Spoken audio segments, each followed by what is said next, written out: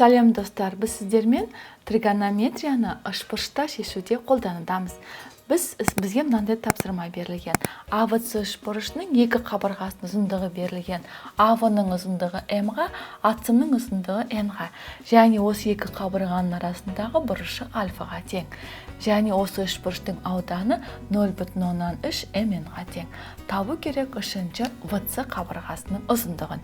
Яғни бұл жерде қабырғалары айнымалы болғандықтан MN, олай болса ВС қабырғасының да ұзындығы осы MN және альфа бұрышына қатысты болу керек.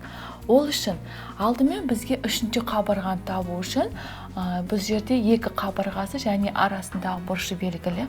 Олай болса үшінші қабырғасын табу үшін бұл жерде косинустар теоремасын еске түсірейік.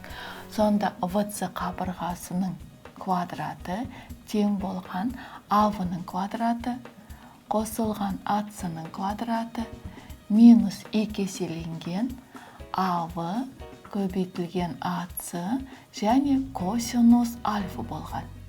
Және бұл жерде ауданның формуласын ашып жазатын болсақ, S тең бізде берілген бұрыш және екі қабырғасы бойынша 2-ден 1 АВ көбейтілген АС көбейтілген синус альфа. Сонда бұл жерде синус альфаны таба аламыз. АВ-ның орнына М, АС-ның орнына N қоя аламыз. Ал S-тің орнына 0,3 mn тең болады 2-ден 1 АВ-ның орнына М, АС-ның орнына N және синус альфа. Бұл жерде mn-де жойылып кетеді, сонда синус альфаны тапсақ, синус альфа тең болады 0,3-ті 2-ге көбейтсек 0,6-ға. Енді, ал ВС үшінші қабырғасын табуда бізде косинус альфа бар. Яғни осы бұрыштың косинусы. Ал бізде осы бұрыштың синусы болғандықтан тригонометриялық формуланы қолданамыз. Синус пен косинусқа қатысты синус квадрат альфа қосылған косинус квадрат альфаның мәні 1-ге тең. Олай болса, осы жерден біз косинус альфаны табамыз. Бұл дегеніміз 1-ден азайтамыз синус квадрат альфаны.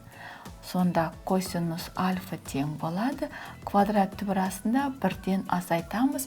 Синус альфаның орнына 0,6-ны квадраттап қоямыз. Квадраттасақ 0,136, 1-ден азайтсақ 0,164. Квадрат түбірасына шығады 0,8. Яғни бұл жерде косинус альфаның мәні 0,8-ге. Енді ВС-ның ұзындығын табайық. Сонда ВС тең квадрат түбірасында АВ М квадрат қосылған N квадрат минус 2mn және көбейтілген 0,8. Енді ықшамдап жазатын болсақ, ВС-ның ұзындығы тең болады квадрат түбірасында М квадрат қосылған N квадрат минус 1,6 mn. Яғни берілген үшбұрыштың үшінші қабырғасының ұзындығы квадрат түбірасында М квадрат қосылған N квадрат минус 1,6 mn-ге тең. Біз сіздермен тригонометрияны үшбұрыштарды шешуде қолданудамыз. Келесі кездескенше сау болыңдар.